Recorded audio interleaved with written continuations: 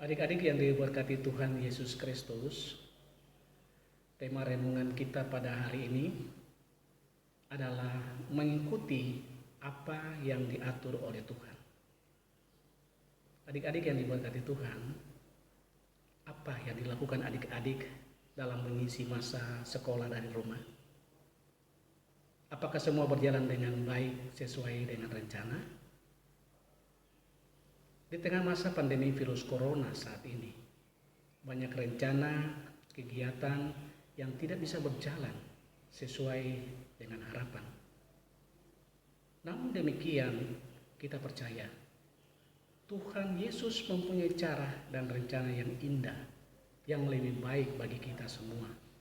Karena Tuhan yang mengatur seluruh perjalanan hidup kita. Kitab Yosua merupakan kitab ke-6 dalam Alkitab Perjanjian Lama. Kitab ini diberi nama sesuai dengan tokoh utama yang memegang peranan penting, yaitu Yosua. Arti nama Yosua adalah Allah menyelamatkan. Secara garis besar, kitab ini berbicara tentang perjanjian, yaitu tanah Kanaan, sebagaimana yang telah dijanjikan Allah kepada nenek moyang bangsa Israel. Melalui kitab ini, kita semua diberikan petunjuk bagaimana cara Allah menyatakan dirinya sebagai Allah yang penuh kasih, setia menyertai, dan tidak ingkar janji. Hal ini patut direspon oleh bangsa Israel melalui hidup yang setia dan taat kepada Allah. Jika mereka sudah tiba dan masuk di tanah perjanjian, yaitu tanah Kanaan, tanah yang diberikan oleh Tuhan Allah kepada nenek moyang mereka. Dalam bacaan Alkitab hari ini, ada sebuah rencana Allah yang besar berkenaan dengan perjalanan bangsa Israel di bawah pimpinan Yosua untuk masuk tanah perjanjian, yaitu tanah Kanaan. Rencana pertama yaitu Yosua menerima petunjuk dari Allah untuk menyeberangi Sungai Yordan. Yosua mempersiapkan para imam dari suku Lewi untuk membawa tabut perjanjian. Karena tabut perjanjian itu menandakan kehadiran Allah di tengah-tengah bangsa Israel. Karena sesungguhnya Allah yang memimpin bangsa Israel untuk menyeberangi Sungai Yordan. Kemudian bangsa Israel mengikutinya di belakang tabut perjanjian. Jaraknya kira-kira 2000 hasta atau sekitar 900 meter. Bangsa Israel disuruh untuk meluruskan diri karena mereka akan melihat perbuatan ajaib yang akan Allah lakukan. Para imam pengangkut tabut perjanjian tetap berdiri di dalam air di tepi Sungai Yordan sampai seluruh bangsa itu selesai menyeberangi, baru para imam keluar dari Sungai Yordan.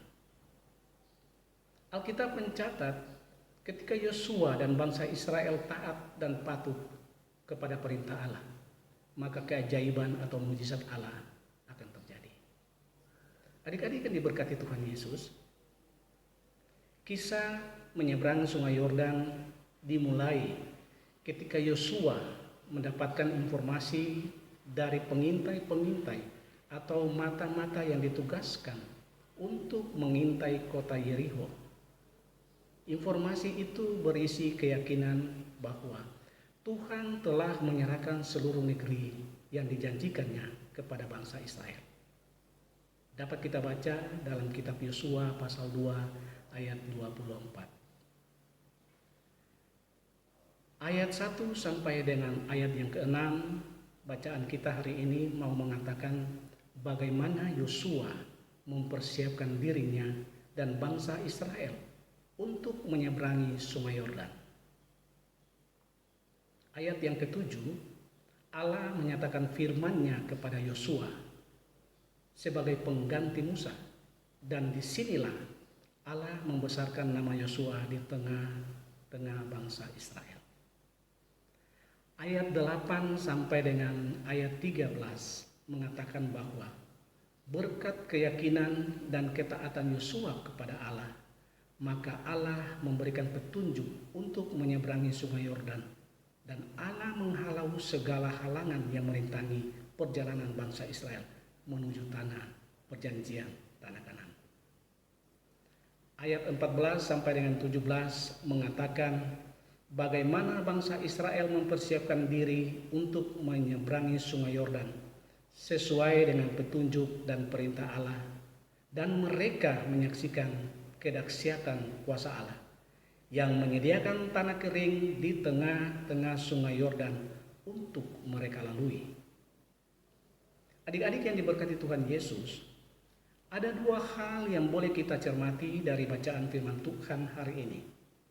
Yang pertama, kunci keberhasilan Yosua dan bangsa Israel adalah karena mereka percaya kepada Allah dan firman-Nya.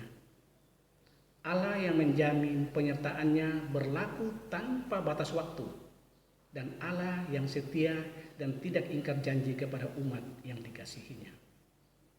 Yang kedua, keyakinan kepada Allah diwujudkan dalam sikap sedia mendengar dan taat melakukan firman-Nya. Adik-adik yang diberkati Tuhan Yesus Kristus, dari bacaan kita hari ini juga ada 3 hal penting yang bisa kita belajar dari pola hidup Yosua dan bangsa Israel. Yang pertama, kita sebagai teruna GPIB harus memahami bahwa Allah yang kita yakini di dalam Tuhan Yesus Kristus adalah Allah yang hidup, hadir dan berkuasa atas hidup kita. Yang kedua, kita sebagai teruna GPIB menyadari bahwa kuasa Allah itu nyata melalui penyertaan dan pertolongannya dalam segala hal. Yang ketiga, kita sebagai teruna GPIB perlu meneladani pola hidup Yosua dengan berlaku hidup kudus dan taat melakukan firman Tuhan dan tidak meragukan kuasa-Nya dalam menghadapi setiap tantangan. Adik-adik yang diberkati Tuhan Yesus Kristus, demikian firman Tuhan hari ini. Biarlah firman Tuhan itu menjadi kekuatan bagi pertumbuhan iman percaya kita, lalu kita diberkati oleh firman-Nya. Tuhan Yesus memberkati kita semua. Amin.